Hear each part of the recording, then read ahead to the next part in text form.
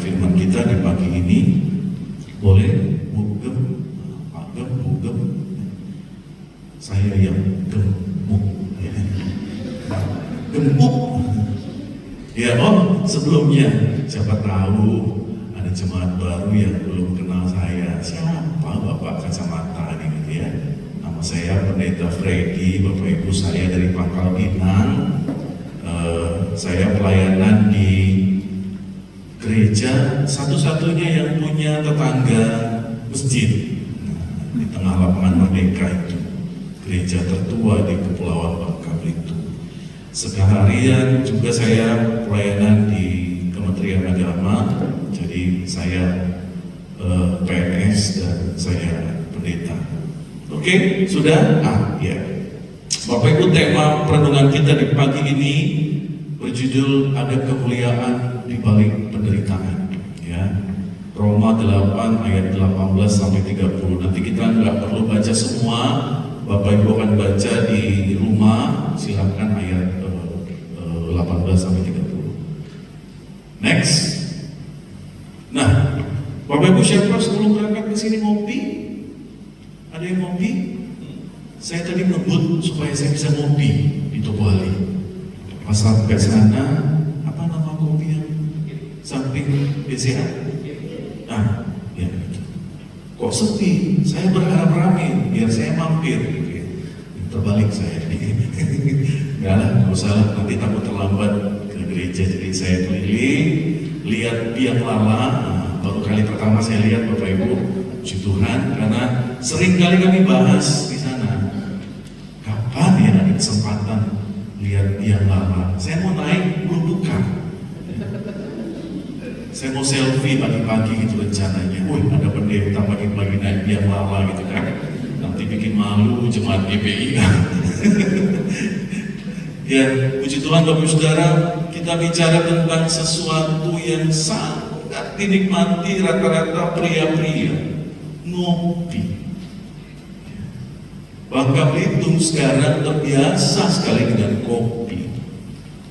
Pangkal Pinang, Bapak Ibu, ada satu spot, itu isinya orang ngopi semua sepanjang itu.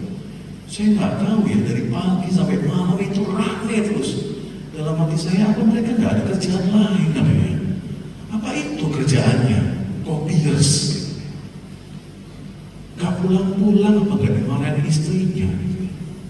Tapi kesimpulan saya adalah bahwa mereka menikmati sekali kopi itu. Kopi itu pahit apa manis, Bapak Ibu? Ya, 1, 2, 3. Kopi itu pahit atau manis? 1, 2, 3. Pahit. Kebanyakan pahit. Tapi kenapa pahit aja diminum gitu?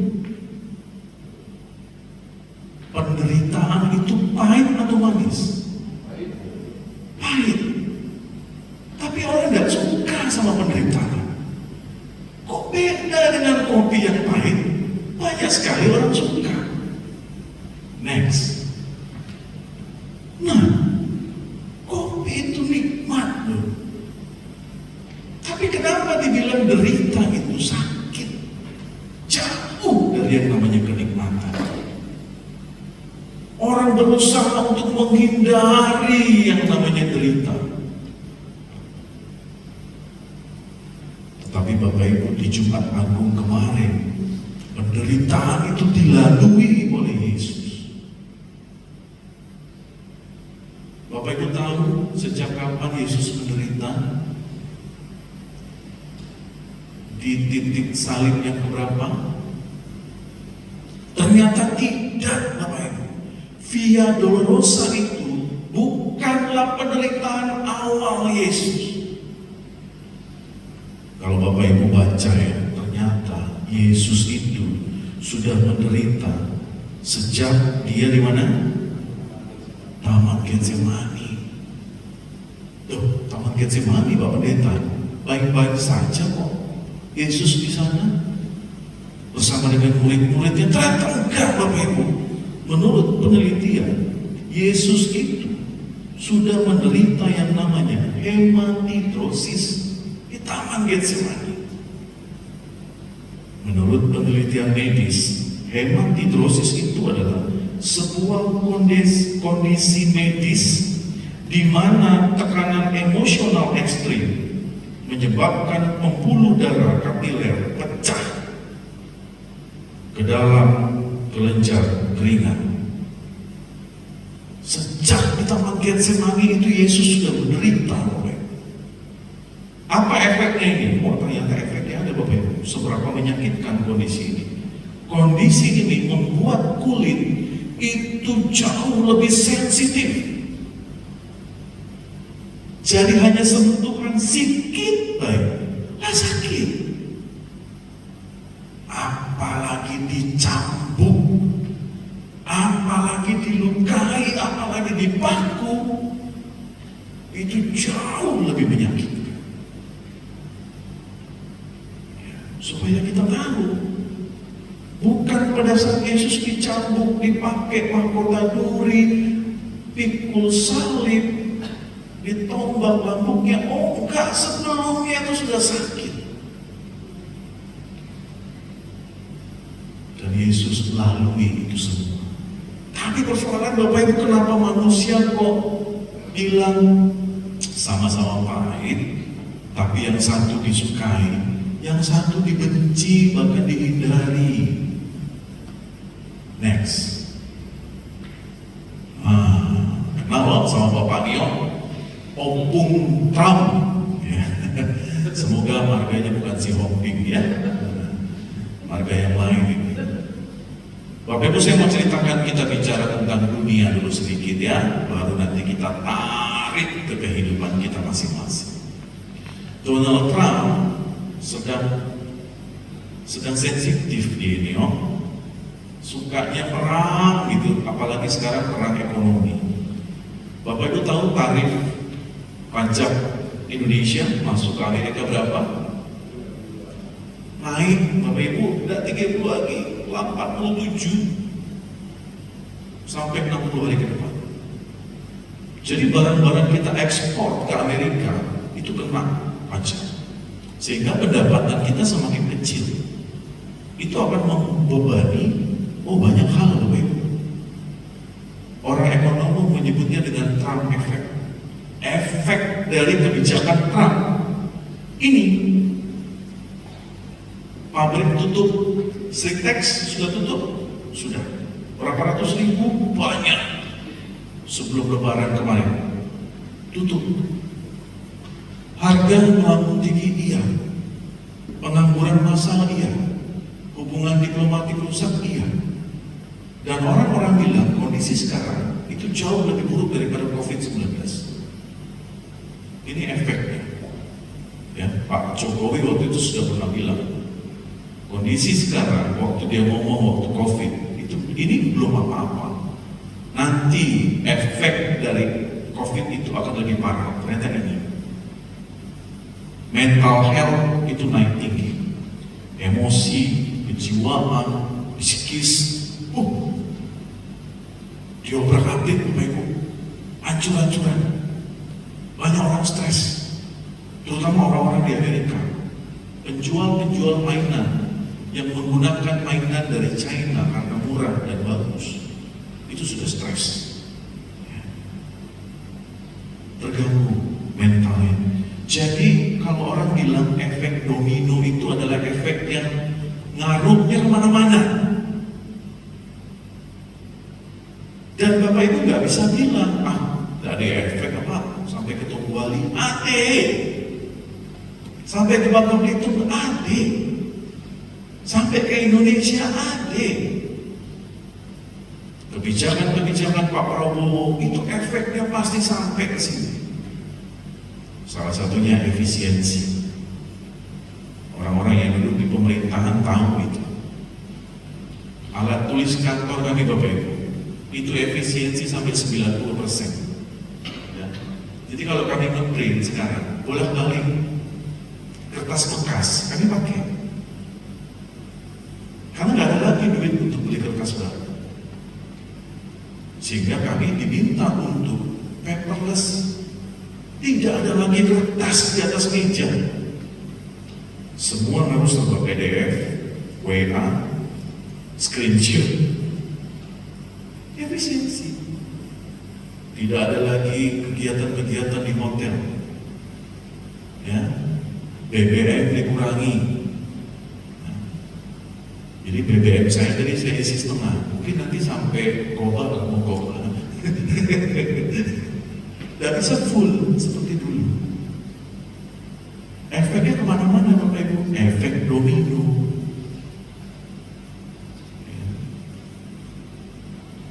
Dan masih banyak lagi kebijakan-kebijakan lain yang akan terjadi. Cuma saya baca beberapa hari yang lalu kok ada satu efek yang aneh. Kok pengungsi Gaza mau dibawa ke Bangka Belitung? Saya yang bodoh apa mereka yang bodoh gitu? Kita ini ekonomi sedang tidak baik-baik saja. Bawa orang dari luar dikasih makan. Ya. Macam mana cerita pengungsi Gaza dibawa ke Bangka Belitung? Carilah tempat lain, janganlah di sini bos, gitu kan?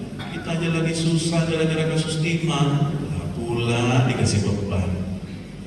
1.000 orang tadi bawa ke sini dari Gaza jadi ke sini. Saya hitung-hitung 1.000 orang kasih sarapan, makan siang, makan malam 20.000 kali 1.000 sekali makan kalau 20 juta.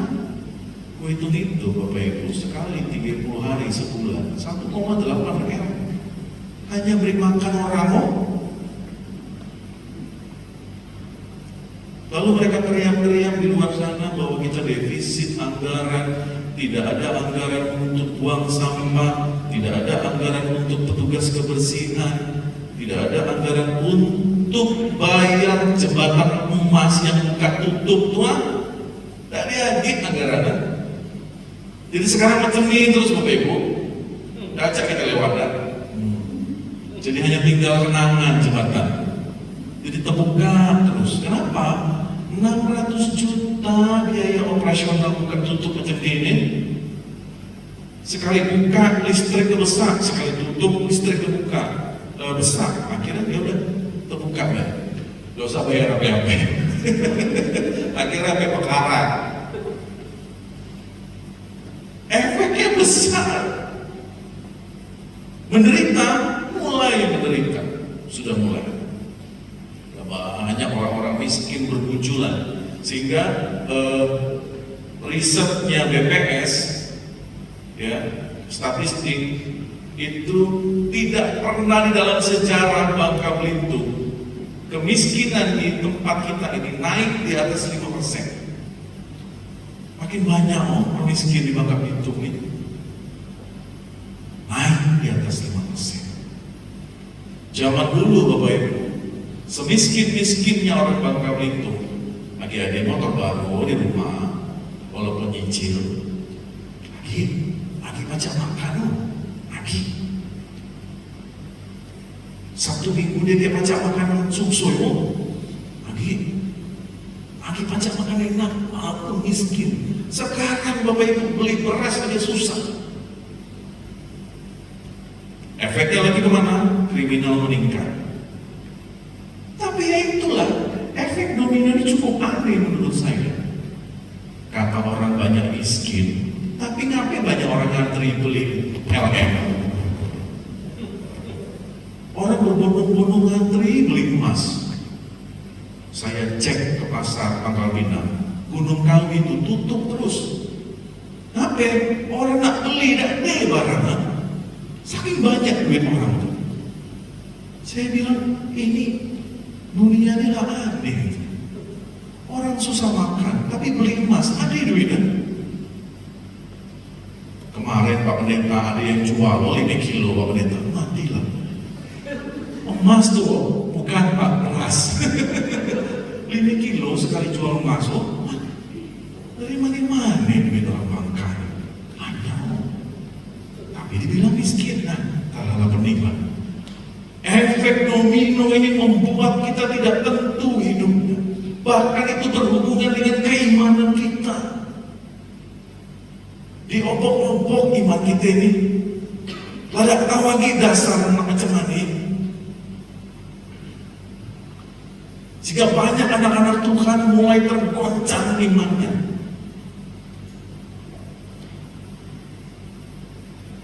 Satu kali seorang ahli bikin seminar, ada yang bertanya kepada Bapak ini, Pak, saya tidak lagi mencintai Tuhan karena Tuhan sudah buat saya banyak sekali kecewa. Jadi saya stop mencintai Tuhan. Itu masalah saya. Lalu orang ini bilang sama Bapak itu, oh, engkau salah. Itu bukan salahnya Tuhan, itu salah dirimu sendiri. Loh, kok bisa? Bukan karena Tuhan tidak lagi mencintaimu sehingga engkau berada dalam kondisi seperti ini, tetapi karena Tuhan terlalu mencintaimu sehingga engkau diproses dalam kondisi seperti ini.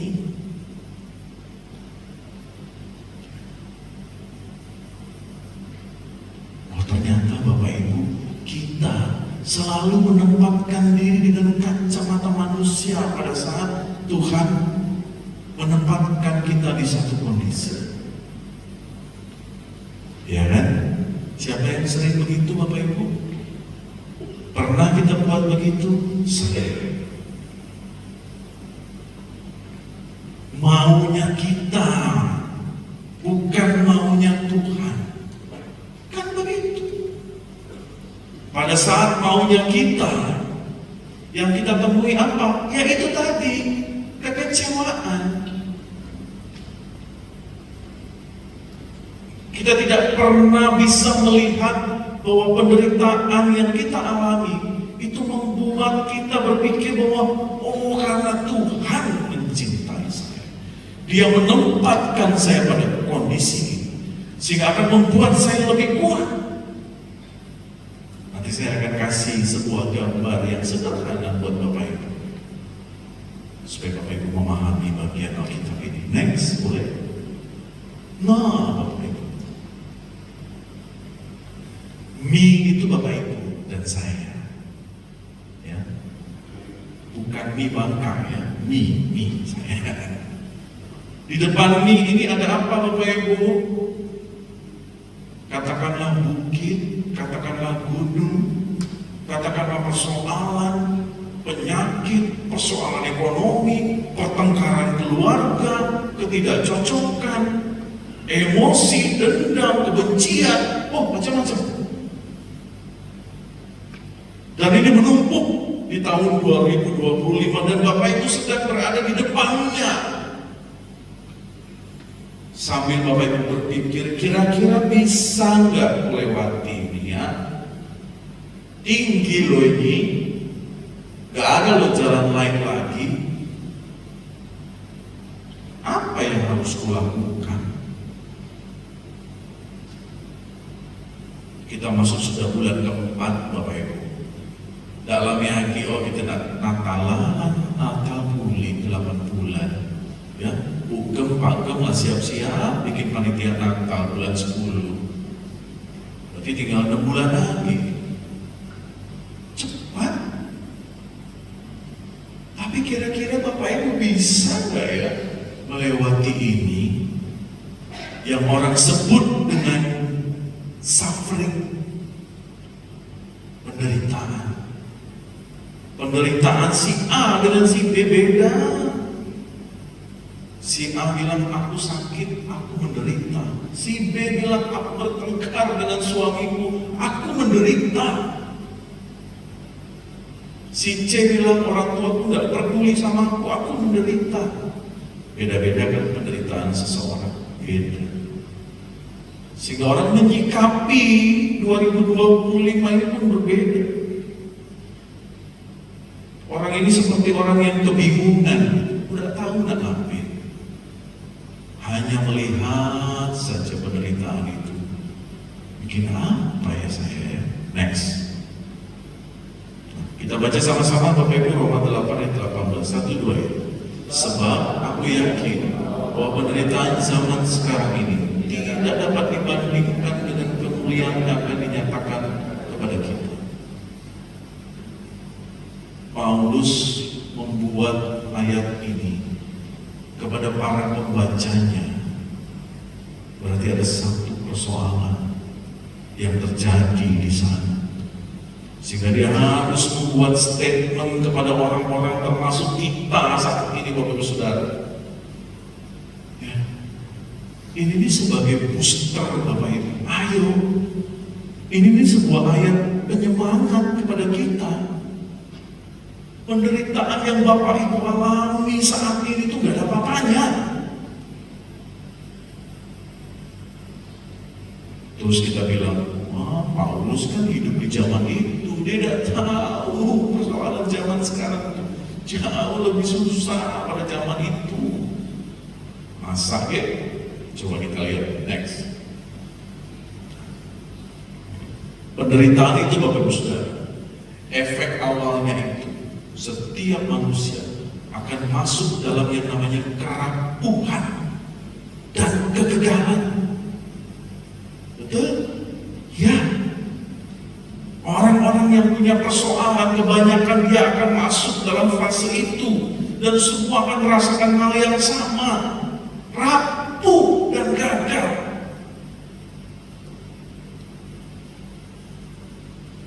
Badannya mulai merenyit, mukanya mulai tertekuk karena emosi, karena takut, karena cemas, tidak tahu nak bikin apa.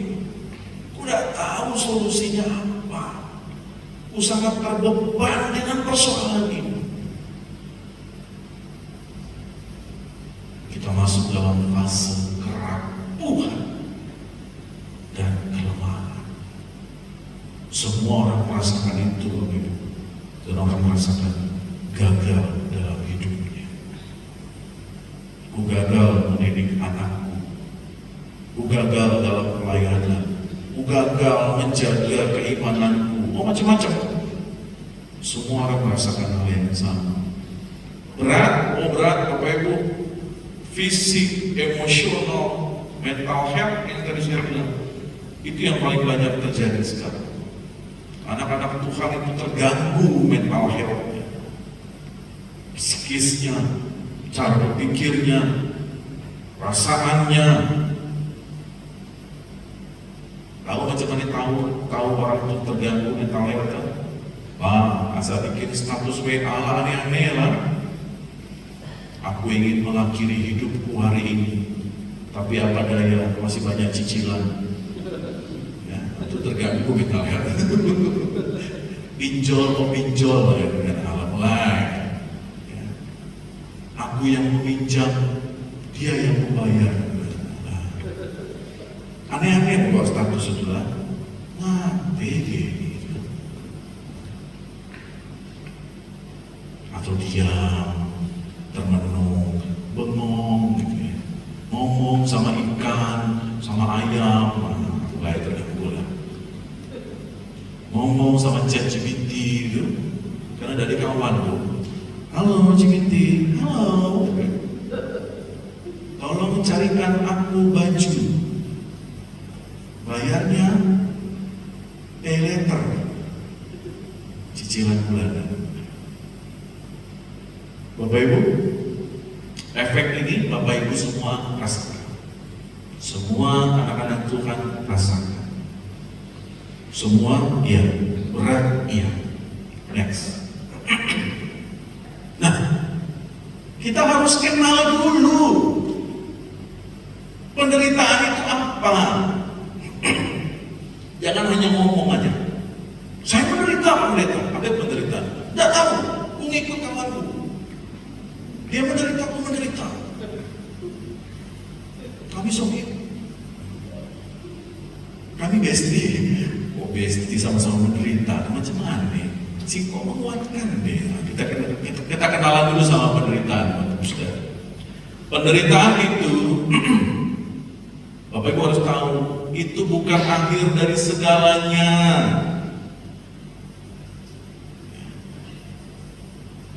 Kenali itu.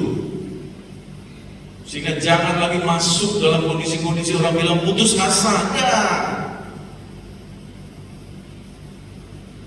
Itu bukan endingnya. Masih panjang proses itu. Kenali. Yang Bapak Ibu bilang saya penderita, itu kenali. Apa sih? Oh, pengeluaranku banyak, pendapatanku sedikit, berarti lebih besar paksa daripada iya. Oh, harus macam mana?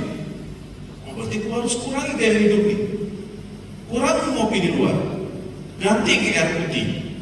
Usahakan.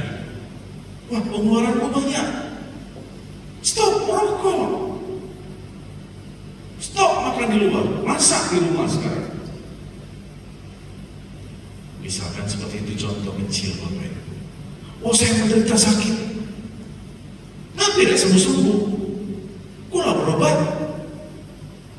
Pas ditelusuri Bapak Ibu, oh, obat tak sudah diminum, disuruh 3 kali sehari, minumannya sekali, itu pun kadang ingat kadang lupa. Nah, macam mana nak sembuh bos? Makanan dari dijaga, olahraga dan semua. Ternyata pas kita telusuri Bapak Ibu, ternyata bukan Tuhan yang salah, kita. Penderitaan bukan akhir dari segalanya. Yang kedua, Bapak Ibu harus punya pengharapan yang kokoh, positif thinking. Bapak Ibu, sekarang puji Tuhan saya lagi ambil S2 di UPB, ya, tidak harus keluar Bangka Belitung. Nah, pada saat saya ngambil keputusan untuk kuliah S2, di situ saya berpikir, wah, S1 saya teologi, S2 saya manajemen, tidak nyambung. Tapi orang kepegawaian dan dosen saya bilang, Pak Budimas ambil SDM, sumber daya manusia, supaya Bapak bisa menggunakan ilmu manajemen SDM ini baik di kantor, di masyarakat, dan di gereja. Wah, cocok. Satu materi yang kami pelajari kemarin Bapak Ibu, bahwa seseorang itu terbentuk itu karena pikirannya sendiri. Seseorang itu adalah pikirannya sendiri. Ternyata Bapak Ibu, otak kita ini yang sebesar 2 tangan kita. Jadi kata dokter Tari yang saya ikuti seminar di Sungalian beberapa bulan yang lalu, jantung kita itu sebesar kepala tangan kita satu. Ini besarnya jantung. Besarnya otak kita itu 2 kepala tangan. Nih besar otak ini. Tangan Bapak Ibu sendiri lah. Jadi kalau anak kecil kita, tangannya kecil, nah segitulah otaknya, segitulah jantungnya. Nah, kalau Bapak Ibu coba ya taruh di tempat, nah segitulah besarnya otak Bapak Ibu. Masukkan ke kepala, nah begitulah dia, segitulah besar. Nah, dia punya sifat, otak kita punya sifat, itu seperti sponge, bukan SpongeBob ya, sponge buat cuci piring tuh. Begitu Bapak Ibu taruh di air, apa yang terjadi? Sponge itu menyerap air di sekitarnya. Macam itulah otak kita. Kalau hal-hal negatif yang di sekitar kita itu ada, dia akan menyerap negatif itu lah. Bapak Ibu tahu berapa persen? 95%. Terserap di sini. Jadi kalau Bapak Ibu afirmasi itu menanamkan sesuatu secara terus-menerus kepada otak Bapak Ibu akan menjadi seperti itulah. Jadi kalau kita selalu bilang, aku sakit nih, Ulan sakit nih, Ulan mulai flu, aku pasti sakit nih. Sakit tak? Sakit. Padahal tubuhnya bilang tadinya enggak. 95% apa yang Bapak Ibu pikirkan terjadi. Sekarang pilihan kita Bapak Ibu. Aku mau jadi anak-anak Tuhan yang hidup dalam ketaatan dan kesetiaan. Aku akan menyerap hal-hal yang baik di sekitarku. Bapak Ibu akan hidup berkenan di hadapan Tuhan, amin. Tapi sebaliknya Bapak Ibu, kalau Bapak Ibu menyerap sesuatu yang baik atau yang tidak baik di luar sana, terserap macam itulah. Pornografi, ketidakjujuran, ya, kriminalitas, terserap. Itulah yang akan terjadi di dalam hidup Bapak Ibu. Sehingga apa? Harus punya pengharapan yang kokoh. Saya yakin bahwa 2025 akan kami lewati bersama dengan Tuhan. Saya tahu saya sakit, saya sudah minum obat, tapi saya punya pengharapan saya akan sembuh.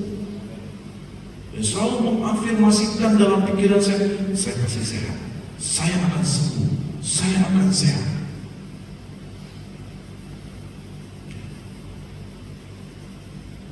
Jadi kalau Bapak Ibu nonton di YouTube itu, ternyata gelombang otak kita itu ada 4: alfa, beta, gamma, dan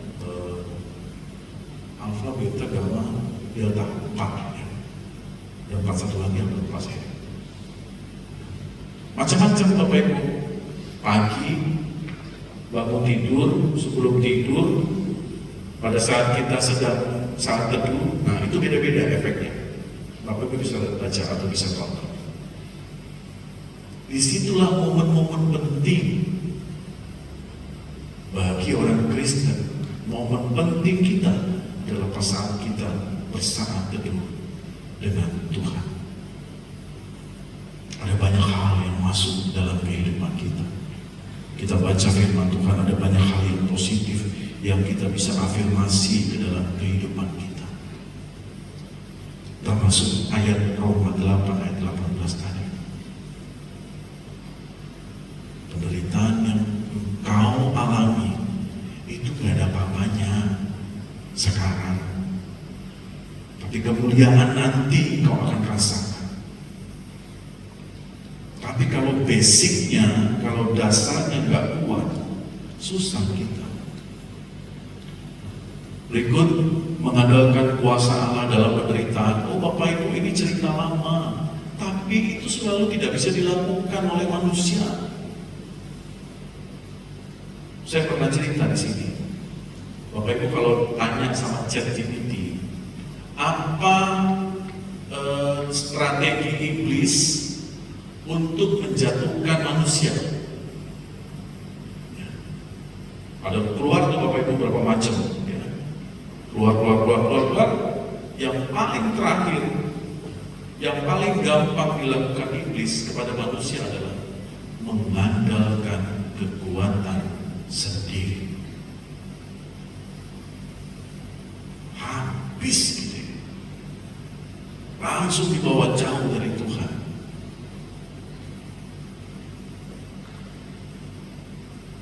Contoh terbesar yang Bapak Ibu alami, COVID-19. Semua kita alami kan? 2-3 tahun yang lalu, orang-orang yang mengandalkan kekuatan sendiri habis dia. Seberapa banyak duitmu di bank, nggak kepake. Seberapa tinggi jabatanmu, nggak penting. Seberapa hebat dirimu, habis. Di masa-masa COVID itulah orang betul-betul mengandalkan kuasa Allah. Tapi ngapeo setelah COVID nggak balik pulih, mengandalkan kekuatan sendiri lagi. Nah ini buktinya efek perang tadi. Waktu kita menghadapi COVID, seluruh dunia bersatu, betul? Bersatu. Saling kirim obat gitu lah. Saling kirim tenaga medis. Begitu selesai COVID, perang ekonomi gitu. Kecenderungan manusia seperti itu. Begitu menderita, wah, semua orang datang kepada Tuhan. Begitu happy-happy, lah, kemana orang itu tadi? Tidak pernah lagi menginjak gereja, tidak pernah lagi bersyukur, tidak lagi pernah datang menghadap Tuhan untuk mengakui kesalahannya, tidak pernah lagi. Kelak Desember dia datang, kelak tahun baru dia baru datang, atau biasanya 2 kali dalam setahun, udah Paskah, Natal. Orang Kristen musiman itu dia. Tapi saya GBI enggak ya, Pak ya. Amin. Next, menemukan arti dan pembelajaran dalam penderitaan. Bapak Ibu harus tanam afirmasi di dalam pikiran Bapak Ibu. Penderitaan yang ku alami sekarang, oh, it's okay. Ini sedang membentuk saya. Apa yang ku alami sekarang, oh, saya harus menjalaninya. Life must go on. Jadi jangan pernah berputus asa, jangan pernah kehilangan pengharapan, jangan pernah jauh daripada Tuhan, jangan pernah mengandalkan kekuatanmu sendiri. Terus Bapak Ibu tanamkan, Bapak Ibu akan berubah seperti apa yang Bapak Ibu pikirkan, menjadi pribadi-pribadi yang jauh lebih baik. Bapak Ibu mulai menaiki bukit tadi pelan-pelan yang 2025 tadi, mulai naik ya. Sama-sama dengan sesama pengikut Kristus, Bapak Ibu tidak sendiri punya persoalan di dunia ini. Kawan-kawan banyak masalah lain yang ternyata jauh lebih berat dari kita. Jemaat saya di Pangkal Pinang selalu bilang, Pak Pendeta, udah 1 panggilan hidup belum ngapain tante? Nggak tahu ada benjolan di sini nih, nggak periksa belum. Pas diperiksa Bapak Ibu, bisul. Lah, kirain cancer. Bisul. Penyakit makan telur.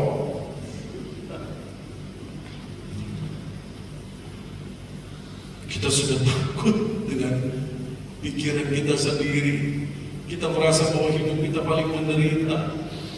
Tapi ternyata di satu tempat kehidupan seseorang, dia sedang menghadapi kanker stadium 4. Tetapi dia masih bisa beraktivitas dan masih bisa menguatkan orang lain seperti tidak terjadi apa-apa. Ada Bapak Ibu, banyak. Tapi kan kita tidak sedang berkompetisi siapa yang paling besar menderita kan. Gak ada juara 1, juara 2, juara 3 di gereja siapa yang paling menderita. Tetapi semua berlomba-lomba untuk memiliki pengharapan yang kokoh. Orang berlomba-lomba untuk melewati setiap persoalan yang dihadapi. Kan seperti itu. Next. Nah, ternyata Bapak Ibu Saudara, penderitaan itu apa sih tujuannya Allah izinkan terjadi dalam kehidupan kita? Merubah hidup kita itu lebih indah dan bermakna. Macam mana caranya penderitaanmu bisa bikin indah dan bermakna? Bapak Ibu pasti akan mengalaminya. Saya nggak tahu Bapak Ibu sudah mengalami apa. Tapi kalau Bapak Ibu sudah melewati itu, poin pertama ini Bapak Ibu akan rasakan betapa nikmatnya yang Tuhan berikan itu dalam kehidupan kita. Indah bisa berbeda-beda maknanya, ya, bisa beda-beda. Tapi bagi Bapak Ibu yang melewati penderitaan itu, oh, ada sesuatu yang bikin kita long gitu. Ya. Contoh, saya menderita selama ini Pak Pendeta karena saya sangat membenci orang itu dengan apa yang dia lakukan dalam kehidupan saya. Tapi begitu kita memaafkan, apa yang terjadi Bapak Ibu? Saya tidur lebih enak, saya tersenyum tidak terpaksa, saya bekerja lebih santai, saya pelayanan lebih sejahtera, macam-macam. Hanya dengan memaafkan, penderitaan itu bisa hilang. Satu contoh sederhana, ya. Memaafkan itu ada rumusnya Bapak Ibu. 3F. Forgive, forget, forward. Maafkan, lupakan, dan lanjutkan. Nah, jangan hilang si koom. Dalam KD, ampuni, maafkan, forget, forgive, forget, lupakan, forward, lanjutkan kehidupan. Kalau yang terakhir tidak direct perlu, kita maafkan. Lalu memaafkan Pak Pendeta, tapi tidak pernah dilupakan, diingat terus. Belum selesai bos. Oke Pak Pendeta, saya lupakan. Tapi ada sesuatu yang masih nyangkut. Itulah fungsinya yang ketiga, forward, move on. Sudah memaafkan itu. Salahnya dia, sudah. Jahatnya dia, sudah. Waktunya saya melanjutkan hidup saya. Urusan dia sama Tuhan, jahatnya dia, bukan lagi urusan sama saya. Gitu. 3F. Forgive, forget, forward. Next. Belum. Poin kedua, mengatasi derita dengan penuh berani, sukacita, pengharapan. Ini semua positif Bapak Ibu. Berani. Bapak Ibu jangan takut untuk penderitaan yang Tuhan izinkan terjadi dalam kehidupan Bapak Ibu. Kita harus punya sifat yang pertama ini, berani melangkah.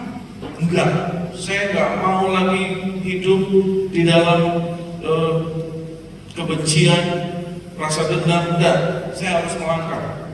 Saya harus jadi pribadi yang lebih baik. Saya harus berani. Tidak perlu takut menghadapi sesuatu di dunia ini. Kalau kita benar, janganlah salah, berani pula. Lakukan hal yang dengan di hadapan Tuhan, berani. Next, sukacita, pengharapan. Saya berkali-kali bilang di atas mimbar ini, sukacita itu adalah sesuatu yang dibutuhkan oleh orang-orang percaya. Kalau nggak ada sukacita, Bapak Ibu, nak seberapa kilo emas kita di rumah tuh, dari dunia.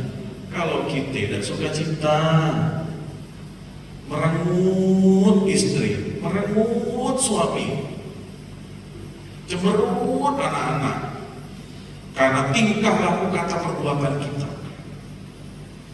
Sukacita di rumah itu tidak deh. Semua sibuk, masing-masing masuk ke kamarnya. Semua sibuk, masing-masing dengan gadgetnya.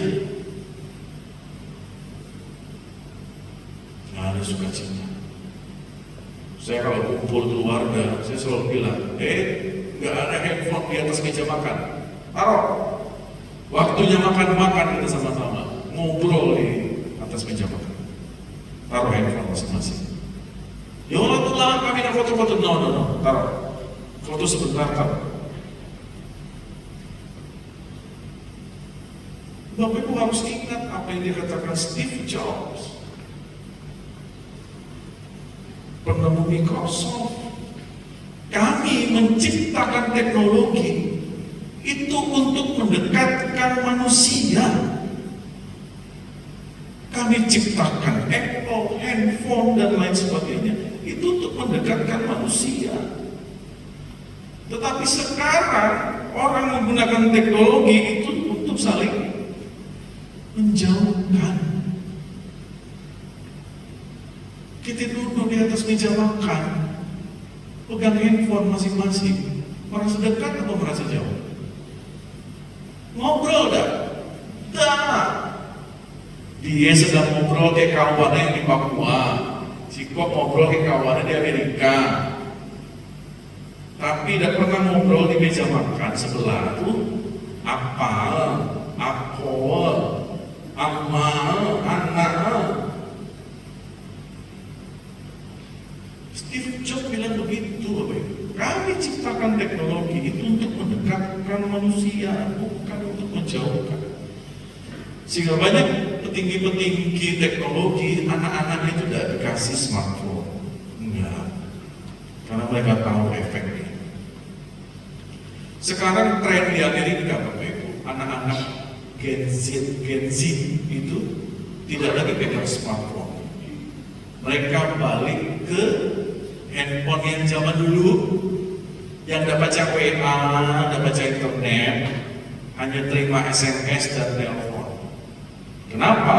Karena mereka menyadari bahwa semakin kami pegang yang namanya smartphone, semakin kami ingin tahu kehidupan orang lain.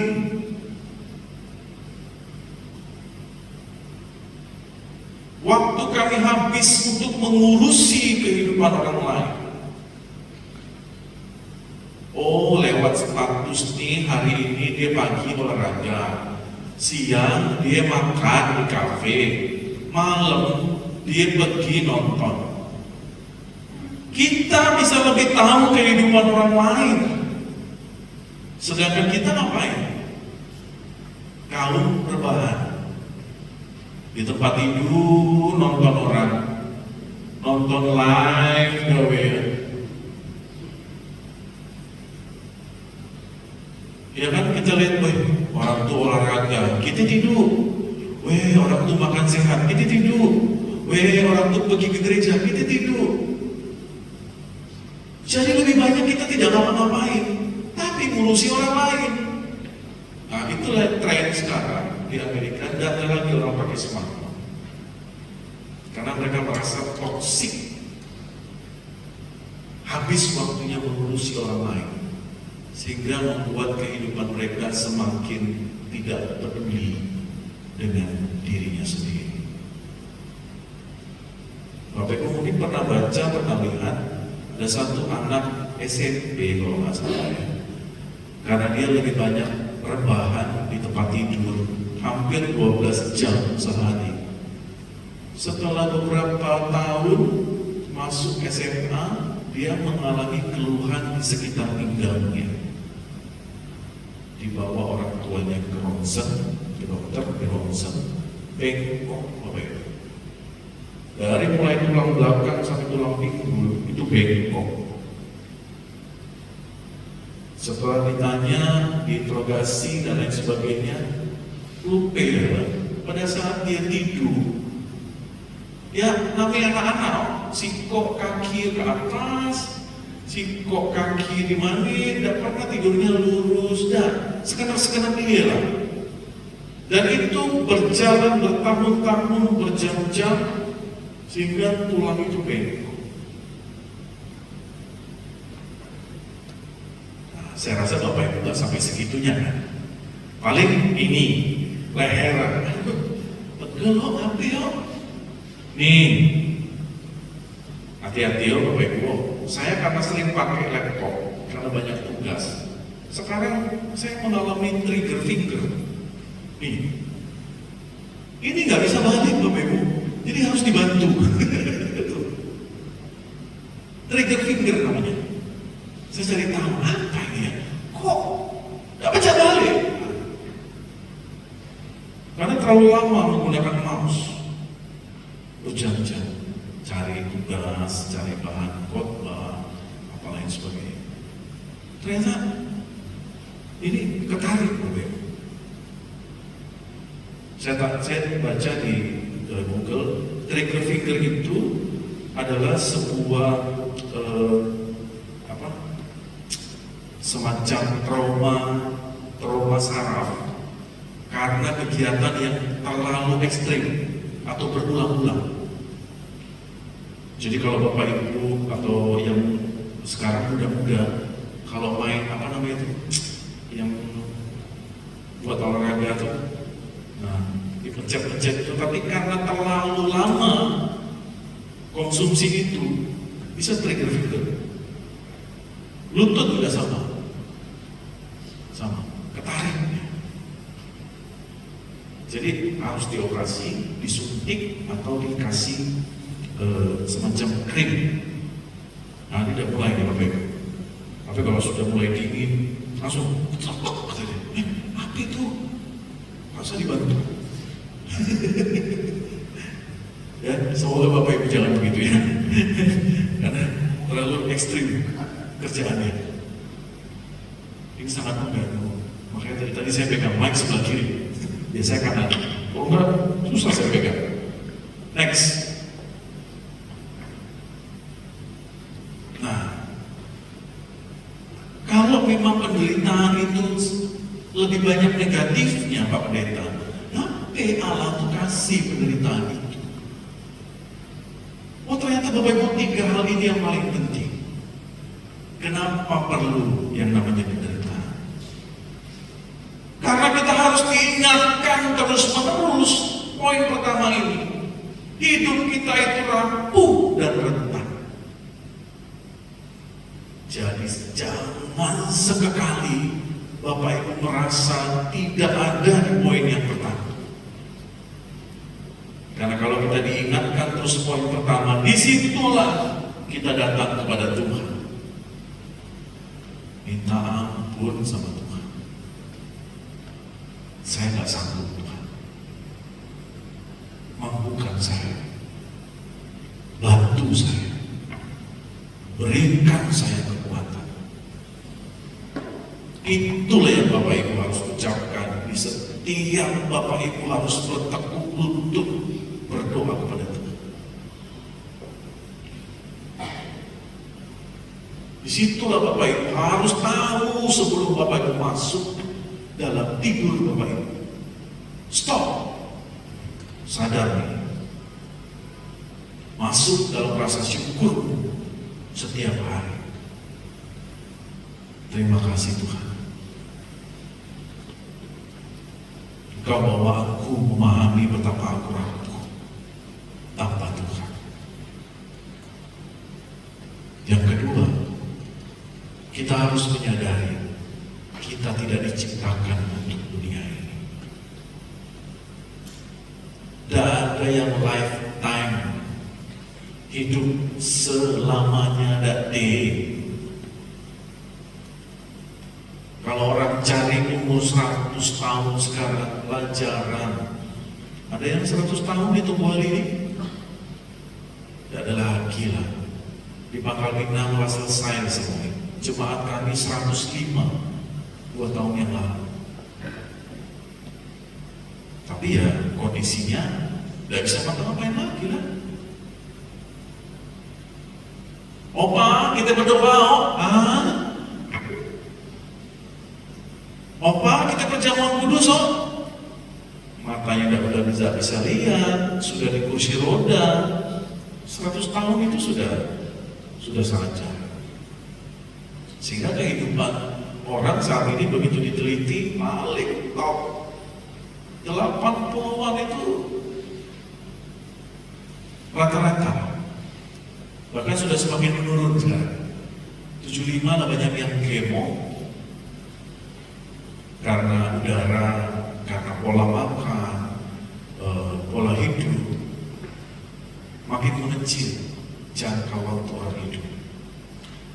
Orang tidak olahraga, tidak menjaga makanan, dan lain sebagainya, macam-macam. Ya. Sehingga pemerintah melihat, oh lebih banyak sekarang umur produktif itu hanya sampai di 58 ya pensiun ya. Nah, produktif itu 55 sampai 58 selesai pensiun. Karena di umur di atas itu sudah tidak produktif lagi. Kaki lah mulai sakit, matanya sudah mulai tidak baca-baca, ngomongnya sudah mulai ngaco, sehingga tidak produktif lagi. Tapi kita harus tahu ini, saudara, kita tidak diciptakan untuk dunia ini. Kita gak hidup selamanya di sini. Sehingga dengan waktu dan kesempatan yang terbatas ini, pakailah hidupmu untuk hormat dan kemuliaan nama Tuhan. Kita tidak hidup 2 kali, apalagi 3 kali. Hidup hanya sekali. Cari berkat bagi banyak orang. Melayani Tuhan dengan segala keterbatasan yang kita punya. Jangan balik dengan kelebihan yang saya punya, saya melayani Tuhan. Tidak. Tukar. Dengan keterbatasan saya mau melayani Tuhan. Jarang orang menyombongkan diri kan, karena kelebihan saya dong saya melayani Tuhan. No. Jadi jangan pernah merasa saya tidak punya waktu. No, ayo melayani Tuhan. Kita punya banyak waktu di Tobuali ini. Tidak ada kemacetan. Pekerjaan kita 9 sampai 17. Ya, hanya 8 jam sehari. Toko-toko nggak ada yang 24 jam. Ada yang 24 jam. Ada paling hanya 1-2 toko. Artinya bahwa kita punya banyak waktu melayani Tuhan. Gak ada ceritanya kita menolak untuk dipanggil sama Pak Gem, ayo ibadah pria-pria sejati. Oh sorry Pak Pendeta, macam nih. Nah ini Pak ini ada yang tahu. Macam Pak, biar orang lainnya di atas. Udah baca turun. Jadi tidak baca pelayanan. Ibu-ibu, ayo pelayanan, ayo ibadah, oh siap. Datang on time, ikut. Tidak semua orang bisa melayani Tuhan, amin. Tapi kalau Bapak Ibu memberi diri melayani, itu luar biasa. Ketiga, kita butuh Tuhan yang menyelamatkan. Oh sudah pasti, gak usah nego-nego lagi Bapak Ibu. Tuhan yang menyelamatkan. Dengan kematian dan kebangkitannya hari ini kita harus tahu lengkap semua rencana yang sudah disiapkan sampai dengan kebangkitan hari ini, sampai nanti kenaikan. Semua yang dilakukan itu untuk Bapak Ibu Saudara dan saya. Next, bagaimana respon kita untuk mengalami penderitaan-penderitaan yang ada? Simpel Bapak Ibu. Yuk, di dalam penderitaan itu yuk gembira, yuk bersukacita, yuk. Kita meresponnya dengan hal-hal yang positif. Menderita kok bergembira, Pak Pendeta? Iya. Apa yang kita lakukan pada saat kita masuk dalam kedukaan orang? Kita nyanyi kan? Kita kan nyanyi, kita kan bergembira, kita bersuka cita. Karena orang yang pergi kembali ke rumah Bapa itu adalah orang yang paling bersuka cita. Sehingga kita harus bersuka cita, walaupun kita sedang berduka. Bapak Ibu punya penderitaan, semua punya. Yuk kita hadapi dengan sukacita. Dengan konsep-konsep yang tadi saya sudah jelaskan, bahwa ini bukan akhir dari segalanya, bahwa memang kita hidup, kita rapuh dan lain sebagainya. Tapi tapi kita diberikan kekuatan oleh Tuhan untuk menghadapinya. Next. Nah, kesimpulannya, penderitaan manusia tidak sebanding dengan kemuliaan yang akan dinyatakan kepada kita. Next. Ya, Bapak Ibu lihat di depan tadi 2025 ya. Ternyata tanpa Bapak Ibu sadari, kita sudah pernah melewati 2024 loh. Jauh lebih tinggi persoalannya, tapi kita bisa kok. Next. Ingat-ingat lagi, ternyata tahun-tahun sebelumnya itu jauh lebih besar penderitaan kita. Bisa kita lewati? Bisa. Tapi kita lupa. Saya ingatkan kembali, 2022 Bapak Ibu menghadapi persoalan yang lebih besar dari 2023, 2024. Ternyata 2025 gak sebesar tahun-tahun sebelumnya. Next. Nah, itu dia yang tadi Bapak Ibu, yang pertama saya ajak untuk kita mengingat. Next. Iya, Tuhan Yesus memberkati kita semua. Amin. Puji Tuhan. Mari kita berdoa. Kami mengucap syukur Bapa untuk firman Tuhan yang kami renungkan di pagi hari ini. Di masa Paskah yang begitu indah untuk kami maknai kembali, kami sangat bersuka cita.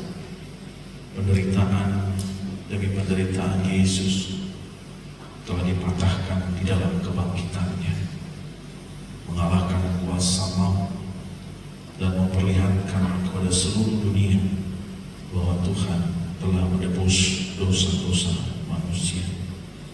Terima kasih kami boleh ada di tempat ini, bukan karena kuat dan hebat kami, tetapi karena kerapuhan kami, karena ketidakmampuan kami, sehingga kami mencari Tuhan, agar kami dikuatkan, agar kami dimampukan menghadapi setiap penderitaan-penderitaan yang boleh ada dalam kehidupan kami. Sampai hari ini dan hari-hari yang seterusnya, kami tidak lagi takut, karena kami berjalan bersama dengan Tuhan. Mampukan kami ya Bapa, dengan firman Tuhan-Mu pada yang hari ini kami boleh renungkan, melalui Roh Kudus-Mu kami dikuatkan dan dimampukan untuk melakukan segala perintah Tuhan yang kami telah dengarkan hari ini melalui firman. Inilah doa dan ungkapan syukur kami naikkan di dalam nama Yesus Kristus, Juru